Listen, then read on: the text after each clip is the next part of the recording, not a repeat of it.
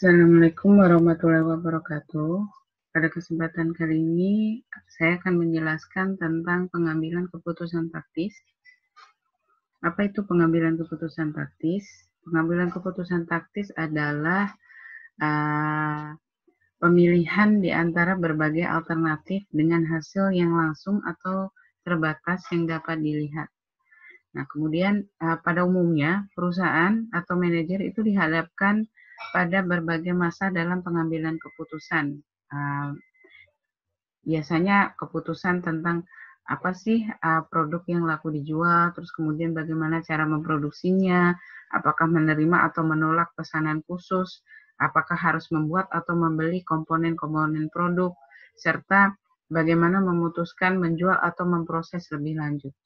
Biasanya keputusan tersebut itu faktor yang mempengaruhinya itu adalah biaya, khususnya adalah biaya relevan.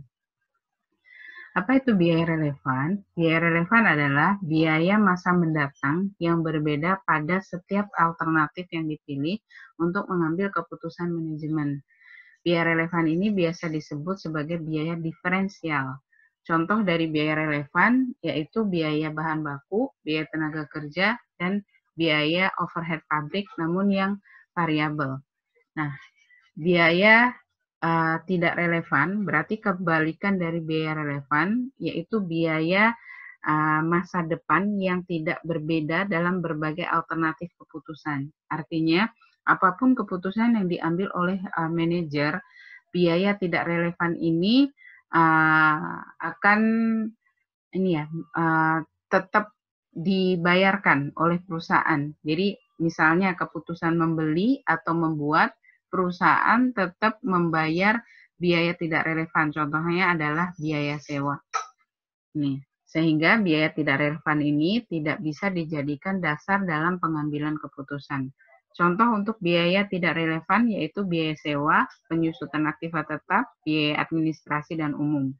Nah, kembali lagi ke contoh, apapun keputusan perusahaan, misalnya keputusan perusahaan membeli ataupun menjual komponen dari luar, maka perusahaan tetap harus membayar biaya sewa gedungnya tadi. Ilustrasi biaya relevan dan biaya tidak relevan itu untuk memahami tentang perbedaan antara kedua biaya ini, saya akan memberikan contoh yaitu PT Busana Indah memproduksi jaket kulit dengan ciri khas menggunakan kancing jepret. Di mana untuk memproduksi kancing jepret ini, perusahaan menggunakan mesin serta peralatan produksi khusus. Nah, biaya yang dikeluarkan untuk produksi kancing jaket ini ya, itu bahan bakunya 10 juta, biaya tenaga kerjanya 5 juta, dan overhead pabriknya yang tetap 4 juta, dan BOP variabelnya 3.500.000. Nah, perusahaan dihadapkan pada pilihan untuk membuat atau membeli kancing jepret dari luar. Nah, untuk itu perusahaan harus menentukan mana sih biaya relevan dan tidak relevan yang bisa dijadikan dasar untuk pengambilan keputusan yang diambil oleh perusahaan atau manajer. Untuk biaya relevan, untuk kasus tersebut adalah biaya bahan baku, biaya tenaga kerja, dan biaya overhead pabrik variabel. Sementara biaya tidak relevannya adalah biaya overhead tetap, dalam kasus ini adalah mesin dan peralatan produksi khusus. Artinya, misalnya perusahaan mengambil keputusan untuk membeli kancing jepretnya itu dari luar, maka perusahaan tetap harus membayar biaya penyusutan untuk mesin dan peralatan produksi yang dimilikinya tersebut. Sehingga biaya tidak relevan ini tidak bisa dijadikan dasar untuk pengambilan keputusan.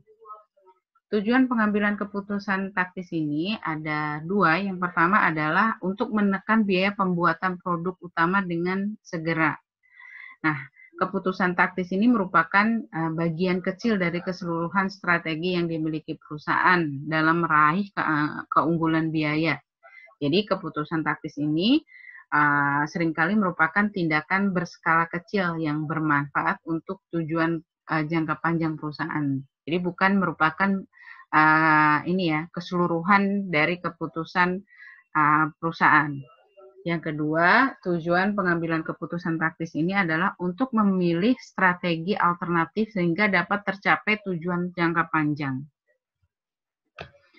Model pengambilan keputusan taktis itu dideskripsikan menjadi untuk proses pengambilan ini menjadi 6 langkah. Langkah yang pertama adalah identifikasi masalah, terus kemudian identifikasi setiap alternatif sebagai solusi terbaik, terus kemudian yang ketiga identifikasi biaya, keunggulan, kelemahan dari setiap alternatif yang dipilih, terus kemudian yang keempat mengidentifikasi biaya relevan dari masing-masing alternatif.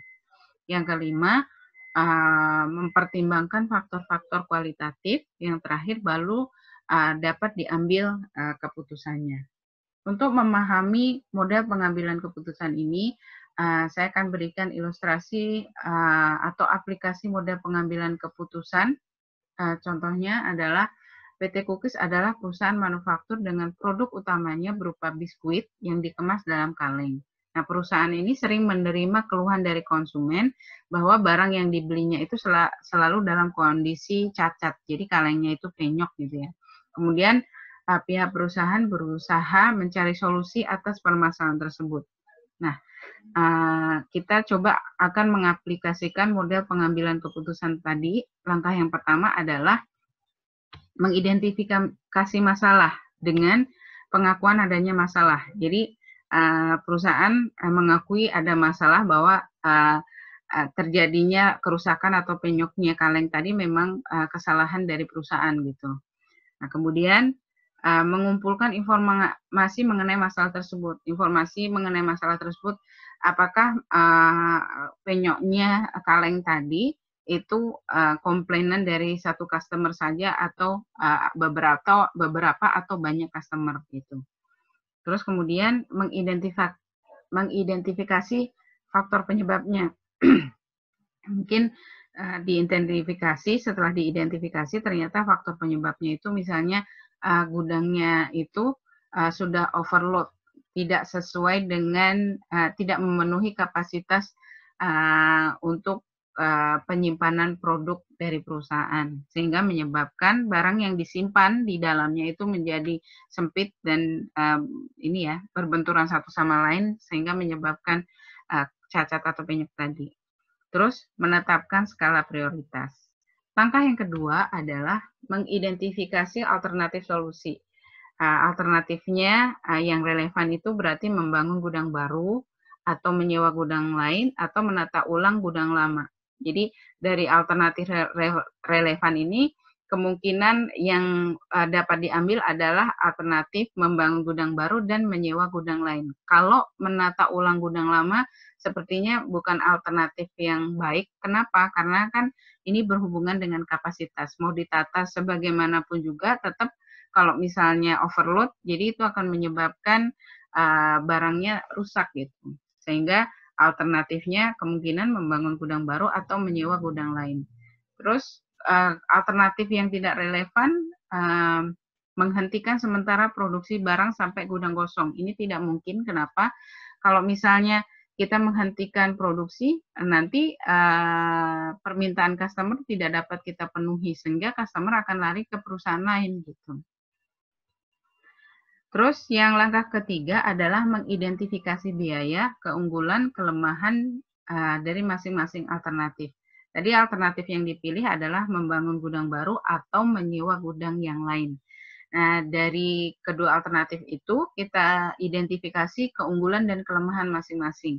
Jika membangun gudang baru, maka keunggulannya adalah daya tampung dapat diatur sendiri, terus merupakan milik sendiri, sehingga pemakaiannya untuk jangka waktu yang tidak terbatas gitu.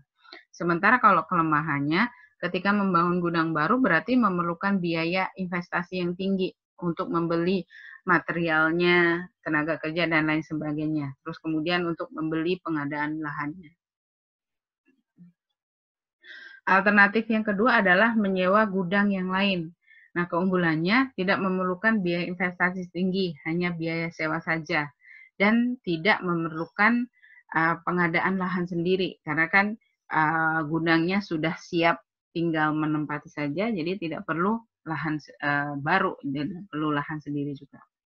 Kelemahannya, waktu penggunaannya terbatas karena itu bukan milik perusahaan, kita harus membayar sewa sesuai waktunya, sesuai dengan kesepakatan, bisa setahun, 2 tahun, dan seterusnya. Kalau waktunya habis berarti penggunaannya jadi terbatas, harus dikembalikan kepada pemiliknya. Daya tampung tidak dapat ditentukan karena sudah disetting sama pemiliknya, luasnya, kemudian kapasitasnya dan lain sebagainya, sehingga pihak perusahaan ya menerima yang ada gitu, karakteristik yang ada. Terus lokasi juga tidak bisa ditentukan sama perusahaan, tergantung ini tempat gudang yang disediakan sama pemilik gedung tadi. Oke. Terus kemudian langkah keempat adalah mengidentifikasi biaya relevan dari masing-masing alternatif. Alternatif yang pertama adalah biaya relevan dari kedua alternatif.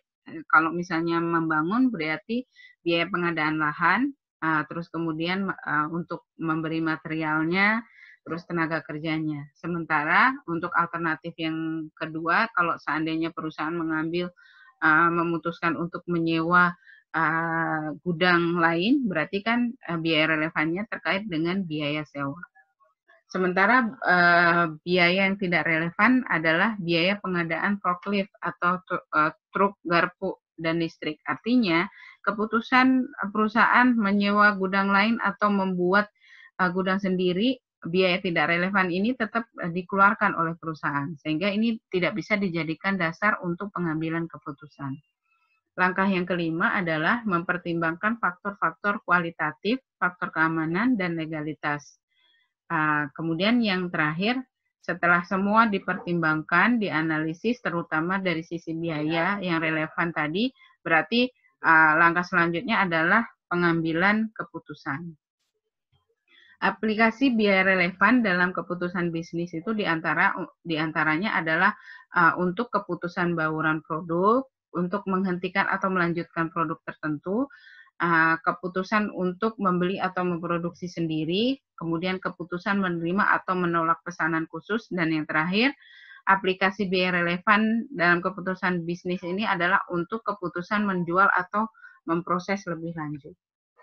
Nah, keputusan bauran produk atau product mix ini merupakan bauran produk ini merupakan satu set produk yang ditawarkan perusahaan kepada penjual, misalnya dalam bentuk contohnya misalnya kamera dengan camcorder. Ini artinya gini, perusahaan rata-rata kamera itu memerlukan camcorder. Begitu juga dengan komputer biasanya memerlukan printer, sehingga perusahaan untuk menggapai pangsa pasar itu menawarkan produk dalam bentuk set tadi, menjual komputer juga menjual printer. Begitu juga dengan sampo, sabun, dan pasta gigi. Ini semua satu kesatuan, artinya kalau misalnya orang mandi ya itu biasanya membutuhkan sabun, sampo, juga pasta gigi gitu. Nah, setiap bauran produk itu mencerminkan suatu alternatif yang mengandung tingkat laba yang terkait. Jadi manajer itu akan memilih alternatif yang akan memaksimalkan total labanya tadi.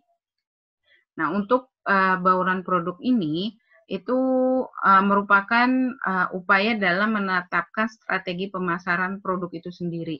Di samping itu, kelebihan dari bauran produk ini diantaranya adalah untuk meraih market share atau pangsa pasar atas produk-produk yang mampu diproduksi atau dijual oleh perusahaan. Yang selanjutnya adalah keputusan menghentikan atau melanjutkan produksi. Yang sebelumnya saya bahas tentang perusahaan memiliki beberapa lini produk, yaitu misalnya sabun, sampo, pasta gigi, atau kamera dan camcorder. Nah itu lini-lini produk tadi di antara produk-produk tadi mana yang berpotensi besar menyumbangkan kerugian bagi perusahaan. Nah, kalau misalnya dia berpotensi besar, maka perusahaan itu harus mengambil keputusan untuk menghentikan atau melanjutkan produksinya. Nah, ketika perusahaan berpotensi menyumbangkan kerugian, itu dengan pertimbangannya ya, itu pendapatan diferensial dan biaya diferensialnya itu hilang. Terus kemudian manfaat biaya terhindar yang diperoleh. Nah, jika lini produk tadi ditutup nih ya, pertimbangan yang dilakukan oleh manajer itu kemungkinan itu berhubungan dengan kontribusi pendapatan yang dikorbankan. Terus kemudian manfaat biaya yang dapat dihindarkan. Terus biaya yang tidak dapat dihindarkan serta total manfaat yang diperoleh. Itu kurang lebih itu faktor yang mempengaruhi manajer dalam menentukan keputusannya menghentikan atau melanjutkan produksi. Terus aplikasi biaya relevan untuk keputusan membuat atau membeli suatu barang, itu keputusan membuat sendiri atau membeli itu memiliki dua tipe atau kondisi, di mana kondisi awal itu membuat sendiri, sehingga alternatifnya adalah membeli dari luar. Nah, pertimbangannya kapasitas menganggur dari fasilitas produksi yang tak terpakai. Jadi kalau membeli dari luar, berarti kan fasilitas yang dimiliki perusahaan itu kan akan menganggur. Kemudian pertimbangan selanjutnya fasilitas yang dimiliki tadi akan dijual atau disewakan. Nah, kemudian yang kondisi yang kedua, kondisi awalnya itu membeli dari luar, terus alternatifnya adalah membuat sendiri. Kalau kita membuat sendiri, berarti pertimbangannya adalah penguasaan teknologi. Kira-kira perusahaan mampu nggak dalam penguasaan teknologi? Kemudian dari kecukupan dana untuk pengadaan fasilitas produksi tadi dan serta tenaga kerjanya itu kira-kira perusahaan ada nggak gitu. Terus kemudian untuk memahami keputusan membuat atau membeli produk dari luar tadi, berikut saya berikan contohnya adalah PT Mega Jaya adalah perusahaan manufaktur dengan produk utamanya berupa sepeda lipat. Nah, PT Mega Jaya biasanya membeli komponen pedal itu 10.000 unit dengan harganya 35.000 per unit. Nah, jika perusahaan membuat sendiri suku cadang tersebut, biaya produksinya adalah sebagai berikut, yaitu bahan baku, biaya variabel per unit, biaya overhead pabrik. Nah, ini masing-masing per unitnya, jadi totalnya 120 juta. Jadi 120 juta ini diperoleh dari 12.000 dikali 10.000 sama dengan 120 juta. 15.000 dikali 10.000 sama dengan 150 juta. Terus biaya overhead pabriknya sama dengan 90 juta. Nah, biaya overhead pabriknya ini dari jumlah tersebut, 40% diantaranya merupakan biaya penyusutan dan asuransi gedung. Nah, dari informasi tersebut, Anda diminta sebagai seorang manajer dari perusahaan tersebut, alternatif mana yang Anda sarankan, membuat atau membeli produk dari luar. Jika dilihat sekilas dari soal ini kan kalau membuat sendiri biaya yang Anda keluarkan adalah 360 juta. Sementara kalau membeli dari luar, biaya yang kalian keluarkan adalah 10.000 dikali 35.000 sama dengan 350 juta. Jadi membeli dari luar lebih murah dibandingkan harus membuat sendiri. Tapi kalau kita analisa lebih dalam, tadi dari biaya overhead pabrik tadi, 40% diantaranya merupakan biaya penyusutan dan asuransi gedung.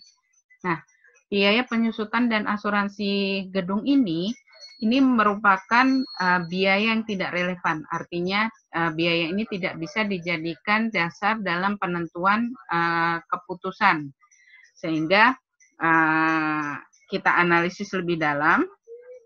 Oke, tadi kalau dilihat sepintas, maka perusahaan akan membeli komponen dari luar karena lebih murah ya, 350 juta berbanding dengan 360 juta. Tapi kalau kita analisa, jadi kita masukkan biaya relevannya, yaitu bahan baku, biaya variabel per unitnya, biaya overhead pabriknya, ya, biaya overhead pabriknya itu ini 120 juta, terus kemudian 150 juta ya, 120 juta, 150 juta, dan 54 juta. 54 juta ini merupakan berarti kalau 40% merupakan biaya penyusunan dan biaya asuransi gedung, maka biaya relevannya adalah 60%-nya. Jadi 60% kali 90 juta sama dengan 54 juta, sama dengan 324 juta. 324 juta. Jadi kalau untuk membeli per unitnya 35.000, jumlahnya jadi 350.000 ya. Terus kemudian kita bandingkan biaya diferensialnya atau perbedaan dari biaya relevan tadi.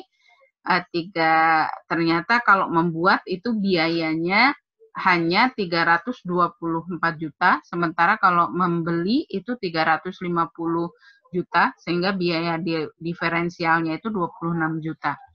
Dari analisis ini dapat disimpulkan bahwa membuat sendiri komponen pedal itu lebih menguntungkan perusahaan sebesar 26 juta dibandingkan harus membeli komponen dari luar, karena ternyata ini ya rugi gitu ya, 26 juta.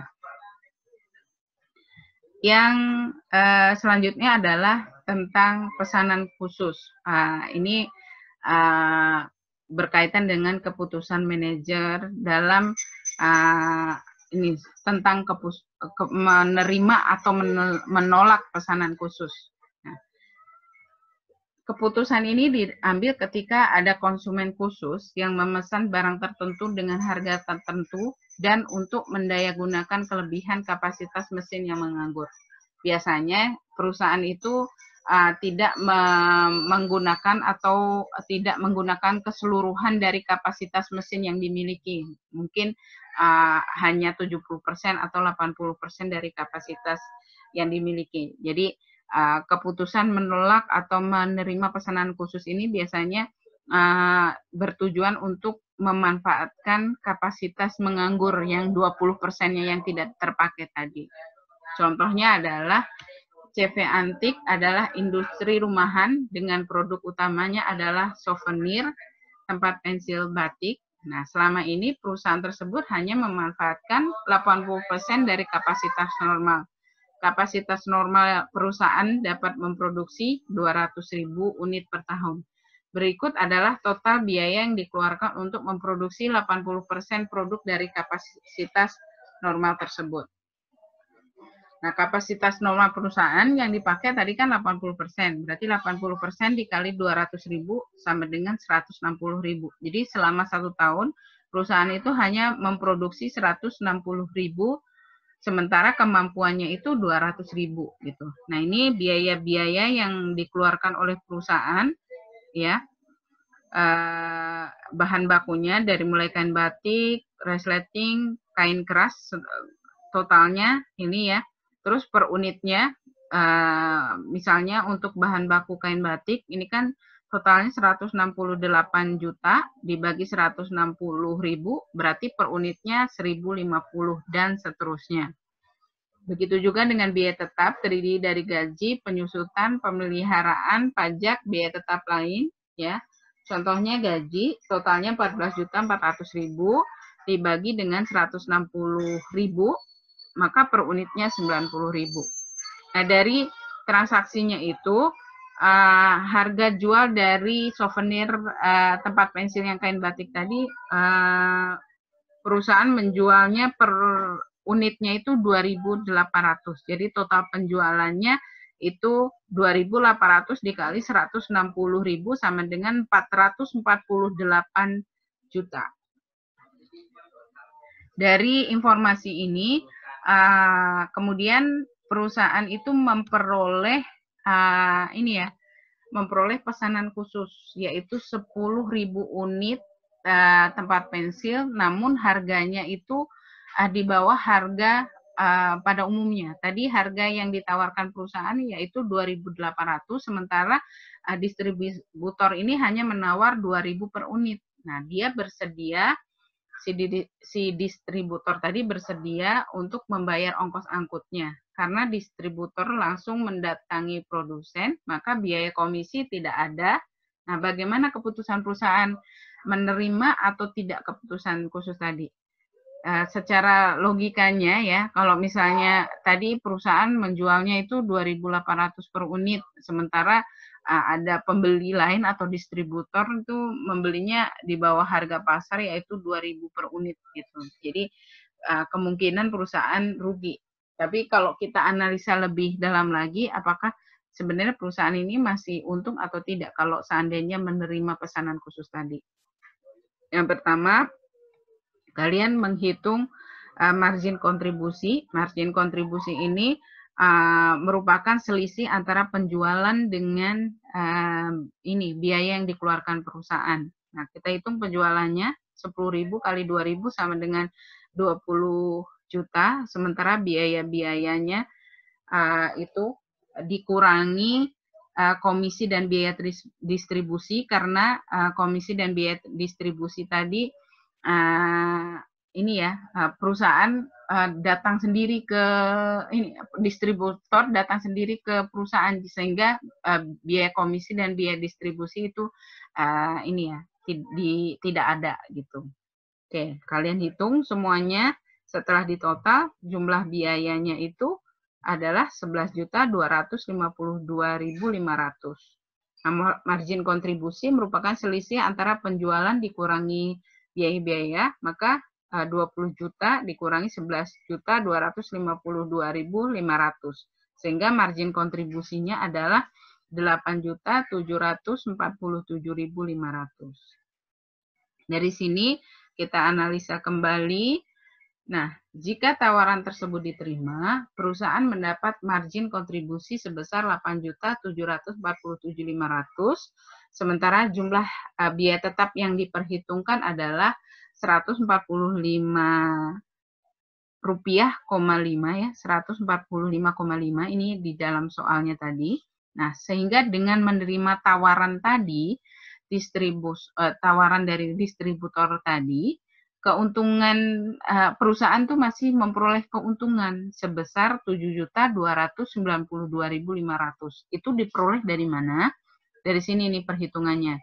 Harga jual per unit ya yang dimintakan 2.000. Biaya variabel yang diperhitungkan itu 1.125,25. Ini diperoleh dari mana? Dari selisih antara harga jual per unit yang diminta dengan margin kontribusi persatuan. Nah, margin kontribusi ini kalau Ibu menghitungnya itu dari margin kontribusi secara keseluruhan ini dibagi dengan 10.000 sama dengan ini 874,75. Nah, selisihnya merupakan biaya variabel yang diperhitungkan. Kalau kalian mau menghitung secara manual dari soal juga bisa begitu.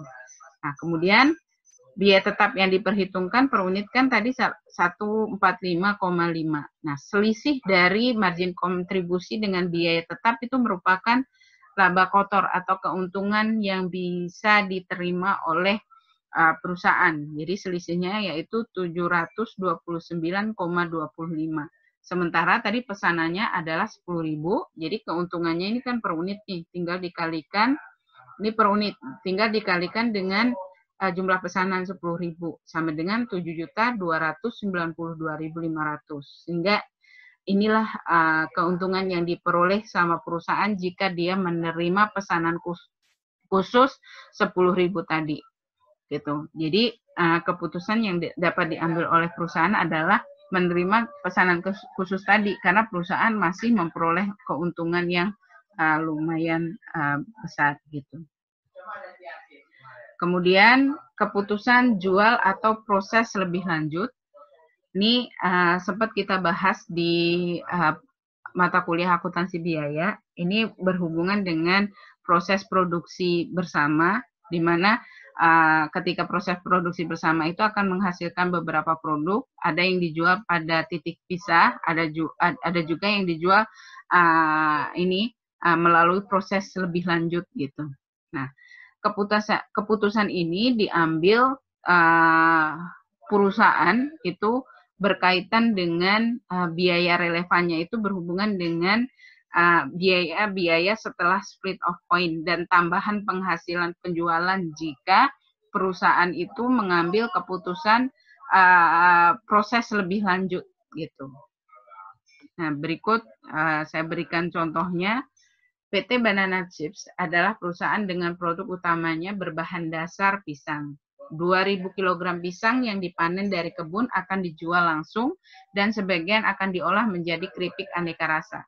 Dari proses panen hingga titik pisah dikeluarkan biaya bersama itu sebesar 20 juta. Ini maaf ini typo, ini 20 juta. Nah, pada split off point dihasilkan 900 kg pisang yang dijual langsung dengan harga 15.000 per kilo. Jadi kalau misalnya 2.000 kg pisang tadi kalau dijual langsung sebanyak 900 kg tadi harganya per kilonya 15.000. Sementara yang diolah lebih lanjut menjadi keripik sebanyak 1.100 kg pisang itu berarti diproses lebih lanjut menjadi keripik aneka rasa itu menambah biaya proses selanjutnya itu 3.000 per kilo. Nah, dan kemudian setelah diproses lebih lanjut itu dapat dijual 20.000 per kilonya. Nah, dari kasus ini kira-kira keputusan yang diambil oleh perusahaan itu sudah tepat atau perusahaan harus sebaiknya menjual 2.000 kg pisang itu dalam ini ya tanpa pengolahan lebih lanjut lagi. Berikut analisanya. Nah, berdasarkan data tersebut kita lihat perhitungannya ya. Nah, ini alternatif yang pertama tadi alternatif yang pertama pisang dijual seluruhnya dalam bentuk ini ya pisang gitu, tidak diolah lagi menjadi keripik. Nah, berarti hasil penjualannya adalah 2.000 dikali 15.000 sama dengan 30 juta. Nih ya 30 juta. Terus kemudian variable cost-nya nggak ada karena tidak ada biaya proses lanjutan. Terus kemudian kontribusi pada joint cost-nya 30 juta. Terus tadi joint cost-nya 20 juta ya atau biaya bersamanya. Maka operating income-nya itu berarti kontribusi pada joint cost yaitu 30 juta dikurangi dengan biaya bersama sama dengan selisihnya 10 juta. Jadi kalau perusahaan menjual pisangnya dalam bentuk pisang tidak diolah lebih lanjut menjadi keripik, maka keuntungan yang diperolehnya itu 10 juta. Nah, kemudian kita analisis jika perusahaan menjual pisangnya hanya 900 dalam bentuk pisang dan 1.100 dalam bentuk keripik. Kita analisa, ini 900 pisangnya dikali 15.000 sama dengan 13.500, kemudian dalam bentuk keripik 1.100 dikali 20.000 sama dengan 22 juta. Nah, ini di total sama dengan ini ya 13.500 sama 22 itu sama dengan 35.500.000. Variable cost ini adalah biaya proses lanjutan. Itu kalau pisang berarti nggak ada biaya proses lanjutan. Kalau keripik pisang ada biaya proses lanjutan yaitu 3.000 dikali dengan 1.100 sama dengan 3.300.000.